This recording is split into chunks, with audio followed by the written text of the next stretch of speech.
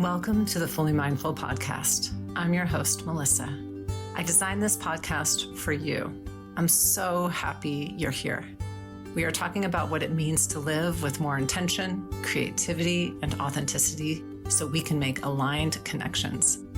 I'm a neurodivergent lawyer turned coach who found the healing power of breathwork and the powerful impact of mindfulness as we navigate this wild and beautiful ride of life.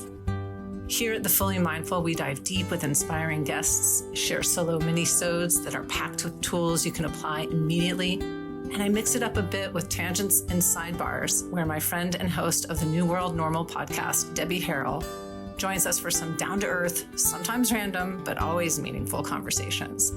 If you're ready to breathe, reflect, and grow, you're in the right place. Let's get fully mindful.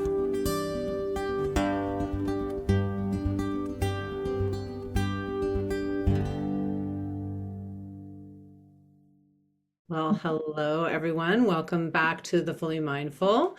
Today, I'm joined by someone who embodies the art of balancing career, creativity, and deep inner work, Kate Youska. By day, Kate is a digital marketing professional, and her other passions lie in guiding others through yoga, breathwork, and wellness. With over 15 years of experience teaching yoga, Kate weaves the wisdom of movement, mindfulness, and nature into everything she does, whether it's leading a class, hosting retreats, or simply finding calm in the chaos of daily life.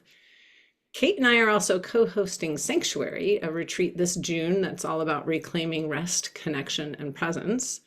And in today's conversation, we're going to dive into Kate's journey, how she found yoga and breathwork, how she balances entrepreneurship with a full-time career, and what it means to stay true to your values as a woman in wellness. Let's get into it. Welcome, Kate. Thanks for having me. So fun to have you here, although it's funny to do this when we live in the same town and we get to see each other live, but it's fun to do it this way too. So Yeah. Well, hey, let's just get into it. Your professional background seems, for some, maybe slightly different than what we would normally think of for people who teach yoga and breathwork and mindfulness. So you have a professional background in marketing, but obviously you have this other part of yourself. How did you find your way into this world of breathwork and yoga and that whole world when you have this whole other life?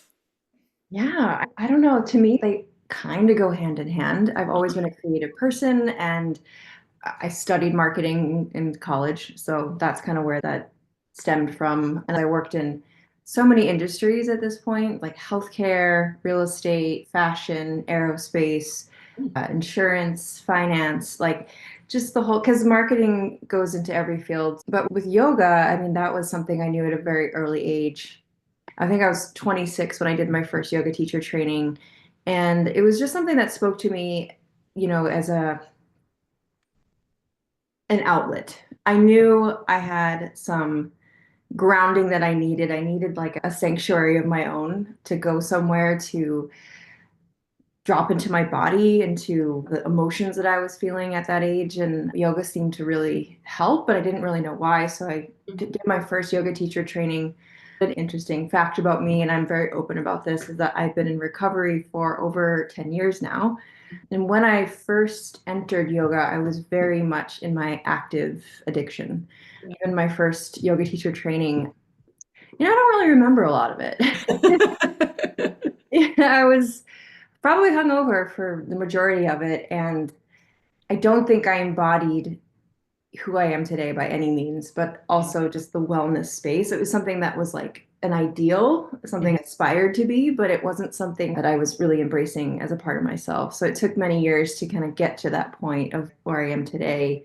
Obviously, my sober journey and all of that. But yeah, it's been a whole long path to get to the road of yoga and integrating that. And I feel like I have two careers now at the same time. So I have my full-time job by day, and then I also do my own yoga business, which I call Mystical Rituals, is kind of my personal brand. And that's where I offer breath work and yoga and retreats and events and all that. So yeah, I don't know if I answered your question, but that's kind of in a long way. Great. I mean, you and I'm very open about my own recovery as well. And I was laughing because I could relate, not because, it's just sort of a funny thing to be deep into one's addiction, whatever that may be for somebody, and then trying to find our way to wellness, sort of I know. blindly Yeah. following that. I remember I was living in the Bay Area and I was searching for all kinds of answers because I Yes. think that's sort of a commonality among those of us before we get to recovery. We're kind of trying to find some solution, I guess. When you were looking for it in yoga, and I was looking for it in a place called the Berkeley Psychic Institute, which is not at all about becoming a psychic, but about becoming more attuned to our intuitive That's ways. And I remember this one teacher kind of looking at me, and she was very nice, and she just was like, you know, you may want to stop drinking a little bit. That might be helpful for your journey. I didn't come into the classes drunk or anything, so she just was yeah. obviously very attuned to her own intuitive. I remember thinking, maybe this isn't for me.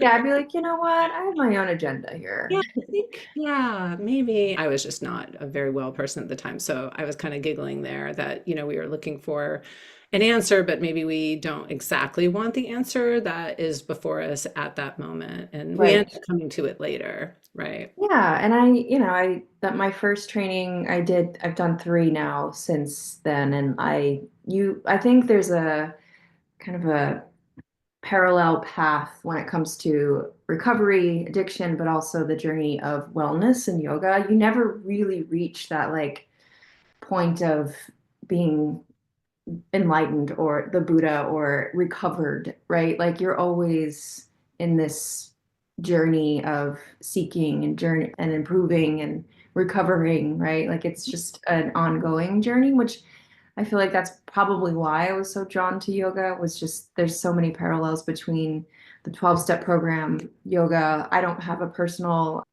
like program I work with like AA, for example. So yoga is sort of my recovery program and I've stuck with it for over 10 years. That's kind of what brought me in and what solidified it. But what I've realized over the years is my dharma, my purpose that I really feel connected to is inspiring others. And I found through the voice that yoga gives me that I'm able to do that. And it just lights me up. I just feel so alive when I'm teaching, doing workshops, retreats. It's like that's where I want to be. Right. And when you get that little sensation or ping or whatever you want to call it, like listen to that, I think is Mhm. just an offering I can share is because that's just when you're in that sort of state of flow, like you're just so immersed in the thing that you're doing that you just don't want to be anywhere else. And I think that's a very powerful voice to listen to. Absolutely. It's interesting. There's a newsletter sitting in my email box that I'm very interested in reading by Arthur C. Brooks, who writes often for The Atlantic and has written many books about happiness. And the title, I'm paraphrasing it, of the newsletter is If You Want to Be Successful, Do What Makes You Happy. And it's like, that's what you're talking about, right? And Yeah, we often think that we have to be doing that professionally all of the time. I think, especially in the Western world, right? We have to be a yoga teacher 24/7. And maybe that would be wonderful. Who knows if you could eke out an amazing living being a yoga teacher 24/7. But maybe not, right? Like maybe we find true happiness by diving into all the things that we love. Maybe it's not just the one thing, right? right, right. Yeah, no, I love that. And I often think about that when, I'm speaking to friends or family members and they're like, I don't know, like, what's my next path? I've had some friends get laid off recently, and I Yeah. don't think it needs to be this like linear, trajectory of where you go next or what you do in life. It's like having that side hustle or hobbies. It's so popular nowadays to have, the sourdough bread making thing or the crafts or whatever it is. But like if it brings you joy, I think that is in such an important aspect. We have so little time on this earth. Why not do what you love? And I really try to embody that. And as I get deeper and deeper into my career, both in the digital marketing side and the yoga side, I think I've really carved out a balance for that of what I love doing and where I'm putting my time and energy. Yeah. Well, was there a particular moment or experience that solidified that hey, this yoga, this breath work experience is something that I do want to pursue. It wasn't just your personal practice, it's something that you really enjoyed. It was something that you really wanted to be able to offer to other people. Was there a pivotal moment for you when that became more clear for you? Yeah, there's a saying that I love and I share it all the time of no mud, no lotus. And like recovery is where I got that from originally. But you have to go through the mud, the dirt, the darkness, the shit, the grit, right? To see the light, to blossom, to grow, transform, whatever you want to call it. And that was kind of my theme with my recovery journey. But I guess more recently, the past 5 years or so, I also was struggling with infertility.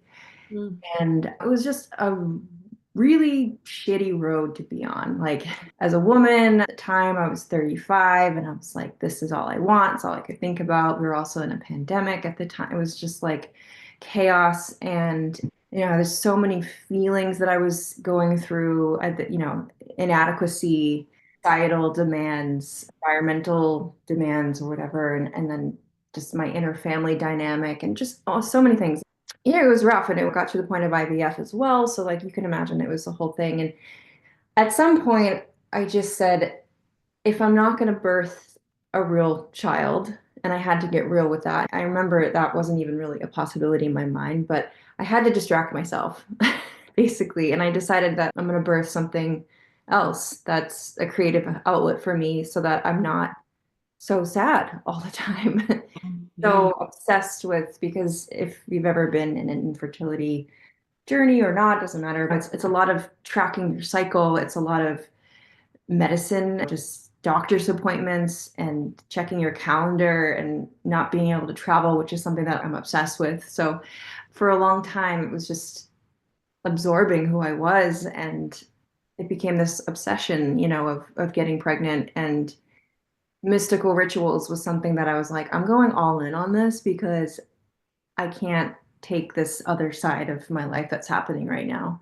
Yeah. And from that, I just started building my little brand. And, I say little, I don't have like a huge following on Instagram, and it's nothing that I, it's just me, really. I like all things mystical and magical, and I love little rituals that help build wellness and kind of just intuition, just feeling into your body, into your practice, whatever that might be. So that's where that pivotal moment came from. Thank you for sharing that. And let me just say, like, yeah, thank you for your candid share. That is a very difficult experience to go through, and it's very intense. And yeah, and I mean, meaning just the collective, we get to benefit from your pain in the sense that we get to benefit from the fact that you've created mystical rituals, which is this really beautiful, for those of you who are listening and haven't experienced what Kate has to offer, is this really beautiful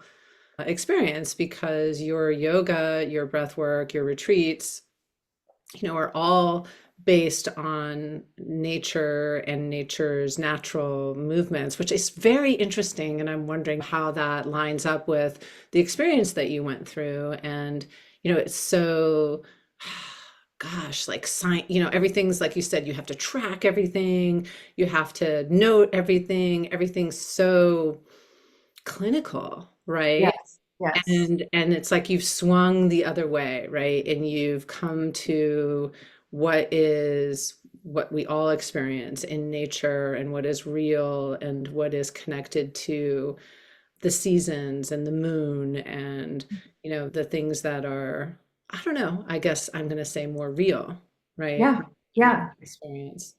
Yeah, and embodying in that, not just, I reached this point of acceptance of what is, which was very challenging. It's when you want something so badly, whether it be like a new job or a new partner or a baby, like it's really hard to accept the crappy situation that you're in. But when you can find acceptance, that's always been my ticket personally to freedom, is just finding acceptance in where you're at, making the best of it, no mud, no lotus again, and, figuring out a way to be happy and alive and live life to the fullest, even though that might not be bearing a child. I feel like I've taken it a different direction. And this isn't sciencey as all, although I love the science elements too, but I also like the whimsical, mystical side. And somewhere along the way, I took a tarot course, and my birth card is the Empress, which I have right behind me, so I'm gonna just pull it up. It just made me think of it. So this is Oh yeah. her. It's a little box. But yeah, that's the Empress, and she embodies nature. She's the mother kind of symbol, or the divine feminine symbol. And she's like the symbol of fertility actually, and all these things. So at the time when I got this reading, I was like, I'm destined to be a mother.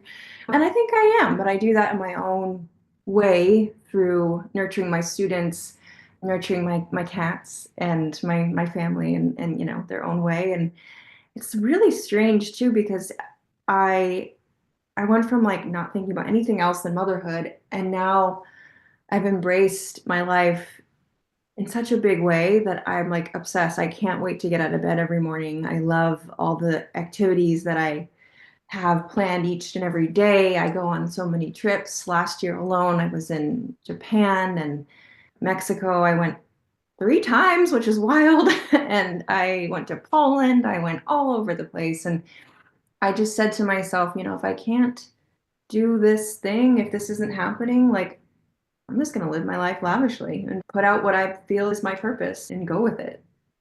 And in living this life, you get to do all this stuff, right? So you have this digital marketing career, you have retreats, you teach yoga, you lead breathwork workshops. How have you managed to balance all of that? That's a lot. And you're married, I should add. And you Yeah. have cats. And Okay. and you have a life.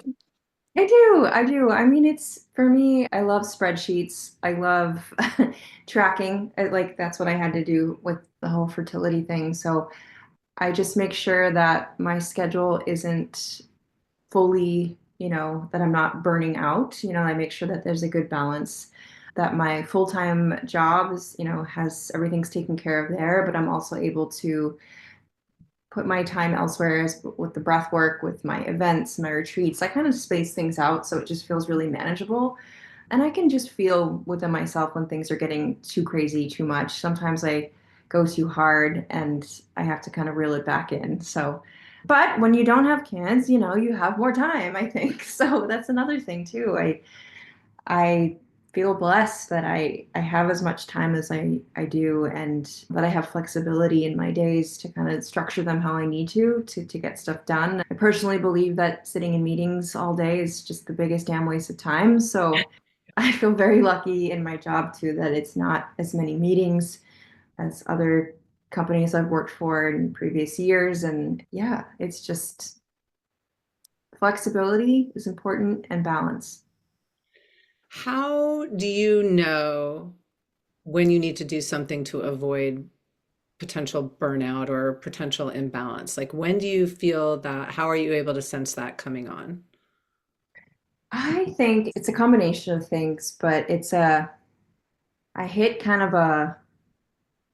when there's like a saying for it with ADHD, and I was just watching a reel on Instagram for it, but I don't know, there's just this like, you're almost frozen, like this paralysis, like you have so many things to do and you don't even know which one to kind of tackle first because there's just so much.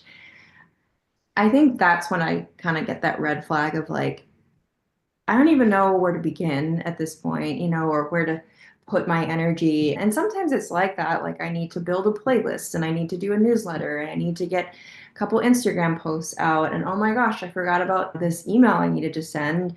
And this person I haven't, and it just kind of explodes like that.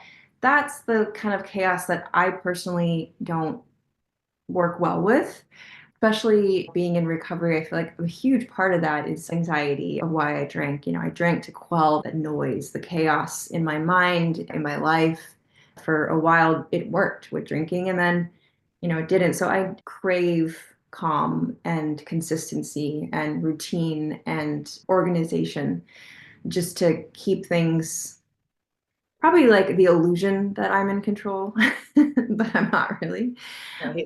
Um, but for me, that's definitely the distinction. But even, last week, I told you my mom was in the hospital for a medical scare, and that just felt draining when I was experiencing it. And my mother lives on the other side of the country. I felt very isolated being here, and I had to reschedule my meeting with you because I just felt this need to take care of my own mental health in that moment, of like, I just needed space to be like, what was that? And I say this a lot in my breath work is that we, as humans, as people, like, we don't get the space to like feel the feels Hmm. often.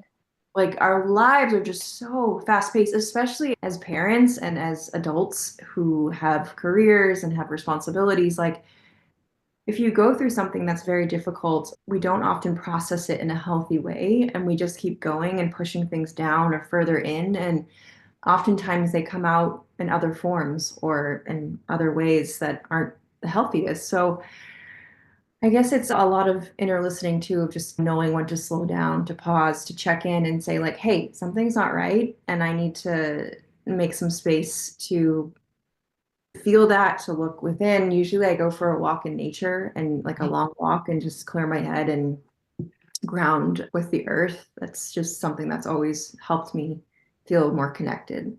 So, I think that's so important. And, really, I think it's so great that you took that opportunity last week to take care of yourself in that way, because, like you said, we often do not. We might feel guilty about it, even if we do. yes. And I know I have. I mean, I certainly have taken care of myself, and then I feel guilty about it. Like I get the shoulds, right? I should be doing this. I should be doing that. I should be doing that. And wow, I don't, that comes from, I guess, the Western culture that we live in that places so much pressure on Yeah. us to be producing at all times, at all costs, right? Yes. We Yes. overvalue the doing and we undervalue the being. And like you said, there is a consequence. Often I know that I have not taken the time to process what I need to process when I get sick. I'm not Mm. saying that there aren't also bacteria and viruses that are just going to get me no matter what, but I'm certainly more susceptible to them if I haven't been taking care of my emotional health and well-being, right? If I've been shoving things down and just going for it. I'm Sure. definitely more susceptible to getting sick, because then my body's like, now you're They're down. gonna take you down. Yeah. Take you down, girlfriend, and you're Right. gonna take the time. And and I think that's, it's really important for us to get rest. And it's hard. Like you said, we live in a culture where there's that pressure to do things. I think especially as women, there's that extra pressure. I'm not saying men don't have it too, but as women, we definitely have that pressure. We have to be all things to all people at all times.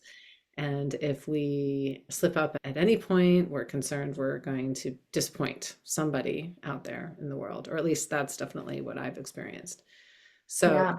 it's really important to know, and that's why I asked the question, how do you sense in your body, in your mind, when you're getting the red flags? And I think that was a perfect example of like, when I'm noticing, I don't even know when to begin. And I flashed to when I was a kid when you said that. And, I have ADHD and I've had it my whole life. And when I was a kid, my nickname, I think it was meant to be loving, but I didn't like it at all. It was Miscellaneous Missy. And it was because I just was all over the place. And I had a very messy room. And I remember it was like time to clean the room. And it was like, I have no idea where to even begin. Right. Right. Sense of like honest overwhelm, of like Yes. no idea where to begin. And I think that's when we know we've crossed that line, Mm. when we don't even know where to begin, when there's so many things that it's like I don't even know what the first thing is that is a priority here. Exactly. Exactly. Yeah, and that's huge. It's something that I always mention in a lot of my breath work and a lot of my classes too, is that our lives were never meant to be like this linear path. We ebb and we flow just like nature. It really holds true to me is that we move just as the moon. We have seasons, we have cycles. We are not separate from nature. We are nature. And remembering to slow down, remembering to pause, to have moments of, like you said, just being is so incredibly important. And for a lot of people, it's hard. Just like I tell people, come to my breath work, come to a meditation retreat, right, that we're hosting. And they're like, are we just going to be meditating the whole time? And it's not about that. It's what you like, what connects to you. You don't have to sit in a Buddha-esque way. Like my meditation is going for a nature walk, Mhm. and someone else's might be calling a friend. Like it doesn't have to be this yoga or yogic way of disconnecting. It's ultimately your way that makes the most sense for you, but it carving out the space to do that is really important. Yeah, and I mean, to that end, many people think that they don't have time for self-care or mindfulness or yoga or anything. So, I mean, what do you suggest to them in terms of integrating these practices into daily life? Yeah, well, I think it's important to have an interest in it. So it doesn't like my husband, for example, does not like the yoga world really. He'll do activities here and there, but like what helps him disconnect is completely opposite. But having that awareness of like what serves you to slow down, to pause, to create some space for mindfulness. Some people truly like to sit and meditate. Some people like to journal. Some people like to read. There's just so many outlets, and it's just about finding yours. And I think it doesn't have to be yoga, right? It doesn't have to be breath work. That is paths to wellness, but it's not the only path. So it's like as a yoga teacher, I'm not even saying that yoga is the way to go because I know that there's just an endless amount of ways to slow down and take time for self-care. And it doesn't have to be this huge chunk of time either, even 10 minutes, or just being more mindful in the activities that you're doing. If you get up and walk around the house and switch gears for some time so that you clear your head and you're not just sitting at the desk all crunched up. There's a great book, Atomic Habits, right? That like just kind of says to take those like micro habits and it makes this really big thing happen. I like that. I think my first meditation perhaps was probably running. And Yes. I mean, it's a beautiful meditation because what are you doing? You're feeling your feet hit the ground, you're listening to your breath, you're paying attention to your breath, you're paying attention to your body, and eventually the mind slows down. Hmm. It's a pretty remarkable experience. And I remember trying to talk to somebody about it, and they kind of dismissed me. And then one of my meditation teachers was like, absolutely, that's absolutely meditation. And I felt very validated. So it's like the same thing. My husband, I mean, he's done breathwork sessions with me and he likes it. He's done yoga and he likes it, but it's not his thing, right? Right. And it's being out in nature and mountain biking or skiing or something like that. And so it can very well be something far more active. It doesn't have to be sitting on a cushion or doing an asana or whatever. Although, what's wonderful about those practices is they can get you. I think what I like about yoga or breath work or any of those practices, and you can also get there with running or biking or anything else, is you're committed to, like, if you sign up for a yoga class or a Hmm. breathwork class or a retreat, or you commit to your friend that you're going on a bike ride or a ski trip or whatever, is you're now committed to doing it. And so Yes. you're more likely to actually do it. Stick with it. I do love those daily practices where you can, oh, you know what, I'm just gonna get up and go for a walk around the house even, or when I'm washing dishes, I'm really gonna pay attention to what the sensation of washing dishes is like. Or when I sip this tea, I'm really gonna sip this tea and see what that feels like. Yeah, just moments of mindfulness, that we don't always have a lot of time in the day, but those little micro moments can, or rituals, if you want to call them those, they can add up to something that's really healing, if you take the day as like a cumulative piece. But you're right, with yoga, with breath work, with something like a class or something that's a little bit more active, it just drops you out of that monkey mind, all the other stuff, the chaos that's happening in your life. And it just brings you into a space where you can be in your body, be with your breath, be with the action that's taking place. And yoga we all know there's lots of science behind yoga and breath work of that it does the job as far as wellness is concerned. But to me, the most important thing is what inspires you, what lights you up, like what gets you out of bed every morning. And doing that is ultimately going to be the best thing for you, you know. And like if it is yoga, keep doing that. If it's dancing, do that. Like what, you know, like that's just, and I often see so many people like at the gym on a treadmill, just, you know, like a little hamster. And if that's your thing, amazing. But like, I don't know, to me, I'm like, there has to be more than that. There's a whole big world out there. Like, there's so much activity, you know, and yeah, I just encourage to find that mindfulness or wellness in ways that really inspire you and lift you up. And for me, it's yoga for sure. It's breath work. I remember my first breath work session. I was like mind blown, as you probably were too. Just how you're taken to an alternate universe almost in your own mind without drugs, Right? completely natural. Crazy Yeah. thoughts. Just Yeah. kidding. Just because I'm, you know, now sober doesn't mean those thoughts went away, right? They're very much still there. So breath work was very cool. And a lot of people in recovery like breath work too, because of, you know, you kind of feel like this starts to get quiet and you start to go into a more, I don't know, you're in that space of your subconscious mind and the emotion mind. And it's just nice in that space. So breath work can be a really beautiful practice too, for sure. And for those who are listening who are like, breath work, I just like what, show up and breathe. Like, Oh what's yeah. the, yeah. So maybe say a little bit about what you mean by breath work. Oh yeah, that's such a good distinction because again, I've had so many people say like, I can't meditate for an hour, I can't breathe for an hour. That was actually my thought, and at the time I was a yoga teacher. I was so resistant to it, but it's actually conscious connected breath work, which is I call it dancing breath because you're kind of like creating your own rhythmic breathing to the breath.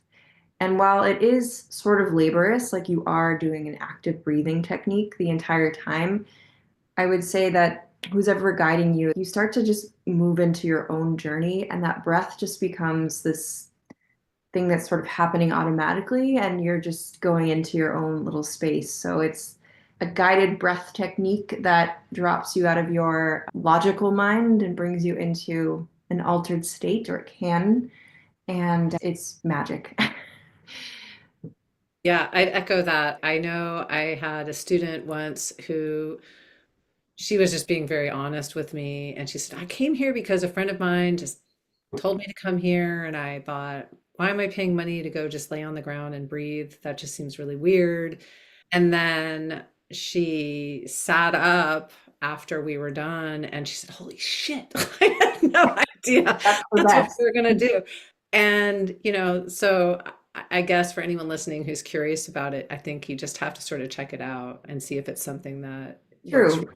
Yeah, and not to have any expectations in your mind because it's a ride. Sometimes it's this mellow stream, sometimes it's this wild river. You never really know what will arise as our energy is always changing, but it can be a really powerful practice for sure.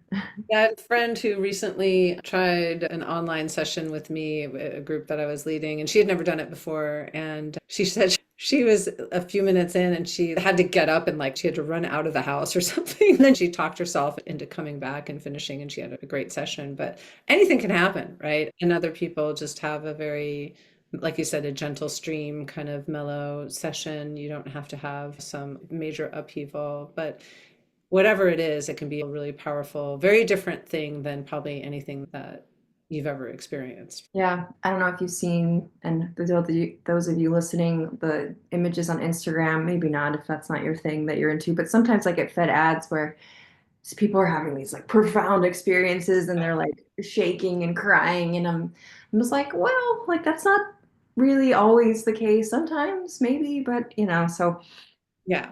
it's really an inner journey, Yeah.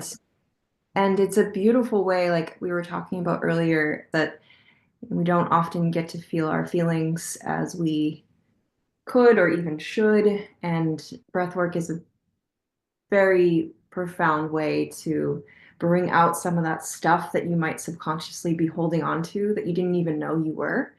which is kind of cool. Sometimes I have a direction that I want to focus on. I'm like, I'm gonna think about this, or I'm gonna manifest this in my breath work, whatever it might be. And then the breath guides me somewhere Right. else that I needed to get into and feel and release.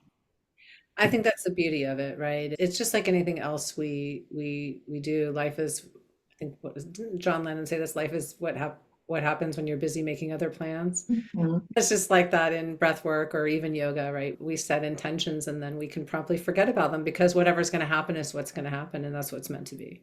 Yes, I was making plans to have a child, right? And my life that was happening was all this other stuff unfolding that, it's kind of always there. I just never fully embraced it. And when I really leaned into it, I was like, aha, like this. And it's just been a wonderful but wild ride ever since and really lovely. So, uh, Yeah. yeah. Well, and we touched on this before. So much of what you do is based on nature and the moon and the sun and natural rhythms. Like, why has that been such a guiding force for you? If we talk about astrology, I'm a Cancer sign. So I run my life based on emotion, and the moon governs the Cancer sign. It's also a water sign. And I don't know, that's something that I guess, uncovering. I just think to me, it's so incredibly fascinating how nature guides us, how the moon's been our natural timekeeper since the beginning of time. And it's a force that's so much bigger than us, right? And at the same time, it's also within us. I think it's incredibly powerful to use nature as a guide. It's kind of, to me, like my higher power. Yeah. That definitely resonates for me. I do 12 step, that is part of my story. And one of the things that has always been challenging for me is the reliance on higher power. I don't have any problem with the concept. I just had a Yeah. problem with me actually connecting with that. And it wasn't until I realized, like, oh, it could be nature, right? It doesn't have Yes. to be something that is separate from me. And part of 12 step talks about having a connection with something that's inside ourselves. And I was like, okay, nature is something that is inside myself. And so that also resonated for me in the way that it sounds like it resonates for you. Yeah. Big time. Big time. Yeah. And one of my retreats I just did in February, it was called Elemental. And a lot of that was just the recognition of the four or five elements being in us and also, out in the cosmos. And it's that like macrocosm, microcosm, like everything is interconnected. And that theme plays out in so many things that I'm personally into, like the tarot, yoga, with the chakras, with like as above, so below. Like it's all connected. And I love learning that stuff. Like this year, my goal was to deepen my knowledge of astrology. The more I dive into spirituality and the kind of yoga philosophy and even just stuff on mental health and psychology, I'm just like, yep, that checks out. That makes sense. Like, um, and some of it's just absolutely mind blowing. I just think like there's a whole world and I can't wait to learn more and dive more into all these little topics. I have this very deep curiosity for all things mystical and spiritual and cosmic You or know, natural. for those who are maybe not watching but are listening, Kate is wearing these beautiful earrings. Yeah. Yeah, full moon, crescent moon, I'm not really sure, but I love them. And you and I are co-hosting Sanctuary a retreat in June, kind of about reconnection with nature and ourselves, and what inspired you to create this and be part of Sanctuary. And who is it for, do you think? Yeah, those are great questions. Well, what inspired me, and I think us, is we need a little sanctuary right now with the chaos that's happening out in the world. It's especially this year, it feels like it's hitting pretty hard. And if I open my phone one more time and it says like breaking news, it's just like, oh, I'm so over that. You need a break sometimes. And I think that's what Sanctuary is offering is a break. It's that pause for you in the way that you might need it. And we'll offer things like breathwork, meditation, yoga, and some creative outlets, some workshops and things like that. But it's also just a space to like just be. And that's what I love so much about it. When you showed me the space, Melissa, I was like, wow, like that is a magical space. And personally, I actually haven't been there yet, but I could tell even just through the images that it was incredible because like it's a Buddhist sanctuary, it's a Druid sanctuary. Like it sounds like a joke when like you're telling people about it, like a Buddhist priest met a Druid priest and they made a farm. But the grounds are so lovely. You like the Mount Adams view is lovely. There's a labyrinth. Apparently UFO activity, which is so cool. Apparently an energetic portal, which I don't know anything about, but I'd love to learn about it. So to me, it's just a place to land, to let go of the outside world and noise and just give yourself some space to be with what's going on, whatever that might be for you.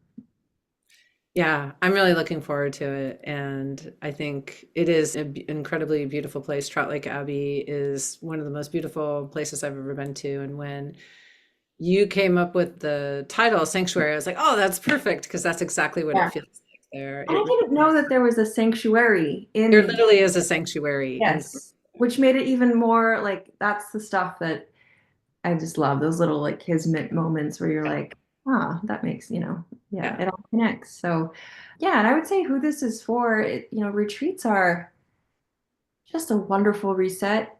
If Mhm. For those of you listening that have never been on a retreat before, whether it's ours or just someone that you heard of, do it. Like I go to them as much as I can, as much as I take them myself, because they're just such a magical way to connect with like-minded humans, to be vulnerable in a really safe space, and to just, yeah, like I said, get away from it all. It's this wonderful reset. I like to use them as a way to just kind of reignite that little spark within, just to check back in with myself and then walk away feeling replenished, restored, and inspired, hopefully, back into my daily life. But they're wonderful retreats. And you don't need to know how to properly do yoga or meditate or any of it. It's more just if you can, you know, show up and be yourself and eat good food. I know people, I think, often think, oh, I have to be like some sort of bendy yogi or something. That's like, Yes. you don't have to. You could literally just lay on your back the entire time in Shavasana, and that would be cool. Or pose, right. That's the Or best, toes. the most Yes. important pose of the practice, to be honest. And you'd still be getting wild benefits just from doing that. So, with all my retreats that I host and even ones I go to, everything's optional. Like Yeah. you choose the journey that you want to take. We put things on the schedule, but everything is Choose your own adventure. option. So, Yeah. Well, so for someone who's been teaching yoga for over 15 years, how has this whole experience evolved for you? We've just been talking about retreats and breath work and yoga. Like, obviously, 15 years of this, things have changed for you. in so many ways, I used to be so scared to Mhm. teach, to show up in front of a group and to be perfect. That was always my big thing. I had to teach a perfect class every single time. But at some point, I just said, fuck it. I just stopped caring. I always fuck up my lefts and rights when I teach. And some of the compliments that I've received about my teaching is that, like, Kate, we love you because you're human. Like you make mistakes and you laugh at yourself and like we have a good time and a good class. And I guess, yeah, just being real. And I've also, in 15 years, have let go of that fear and that pressure I put on myself talking in front of groups. I've thankfully just now I feel like very comfortable in that space. And I think that's a skill that, I mean, maybe some people just have it and that's amazing. But for me, it took a lot of years to feel that and to gain that confidence. So very happy that I can just kind of show up and be my authentic self at this point and teach to my students from that heartfelt, authentic space without that. inner dialogue of like, you need to be perfect, like don't mess it up, and all that like inner chatter. Of course, she's still there, but she's a lot more quiet, and it's a lot more of me and standing tall. And I hope to continue that going forward, and also to release limiting beliefs that I often put on myself. Mm. 5 years ago said, there's no way you would host an international retreat. You can't do that. Who would come? And I sold it out, my first one, this past year, and I plan on doing many more. So like to get that inner critic out is, it's just noise. I'm not sure there was any even truth to the stuff I was telling myself. The more I lean into the authenticity, the more I'm like, wow, like I just keep expanding. And it's really lovely to see that. And I'm like thinking like, what else? What's Wow. next? No, I love that. And actually, you must have been intuitive because one of the questions that I do like to sort of end with or wrap up with is, if people are listening, what kind of advice might you give them if they're feeling stuck and you just did it? In your own experience, you gave Mhm. advice in your own experience, which is my favorite kind, right? Yeah. So, what are you working on? I mean, obviously we have this upcoming retreat, but what other things are coming down the road for you, whether it's, digital marketing or yoga or breath work? What else are you excited about for this upcoming year? I have a bunch of places I got my eye on in Asia that I'm planning on going to. So that's been exciting to plan. I have 3 retreats down the pipeline. The one that you and I are hosting in June. I have one in fall and next winter coming up that I'm planning. And yeah, just moving my breath work online and in person, which is exciting. You and I have talked about that. I build websites as well for mental health professionals and wellness professionals that own a small business. So I've been doing those as well. I just keep learning. I think I'll take that astrology course because it just keeps calling me. So we'll see. But yeah, I have my vision board I created for the year. Highly recommend doing that if you don't do that. It's whether you do it digitally or just journaling or like visually, it's a really fun practice. I'm turning 40 this year, and I know. So I'm going on a little pilgrimage, I'm calling it, to Sedona for myself before I turn 40. It's just kind of like my last goodbye to being in my 30s, but also just as a grounding tool of just, taking some time to think about a decade. So yeah, I'm excited for that too. That is exciting. Anything that you were hoping we would talk about that we didn't get a chance to talk about? Wow, we talked about so many things. I really appreciated the conversation and the thoughtful questions. I'm an open book when it comes to topics and things. So if there's a question that someone might have had that we didn't answer, I'm happy to answer later, but I appreciate you having me on. Where can people find out more information about you? What's the best place they can go look? Yeah, Mystical Rituals is my website. So it's mystical dash rituals or hyphen. And then my Instagram is mystical at symbol mystical dot rituals because Instagram, of course, stole Be all the different. other variations. Yeah. So yeah, I'd love to connect with you on Instagram, or you can subscribe to my newsletter or just check out my website. But it was the first site I ever built. It's a really long time ago. So it needs a little refresh, but it's there. So yeah, That's awesome. Well, thank you so much, Kate. And I know I'm looking forward to seeing you soon in real life, and yes, I me will see too. you at the retreat. Thank you for your offer to be available for questions should anyone have them.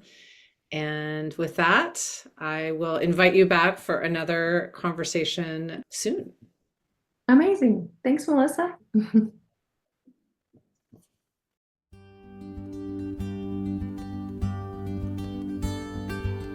Thank you for joining me on the Fully Mindful podcast. If you got value from this episode, I'd love for you to subscribe, leave a review, or share this episode with someone who'd love this content too.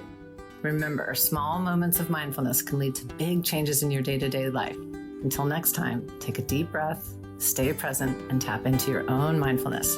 I'll see you next week.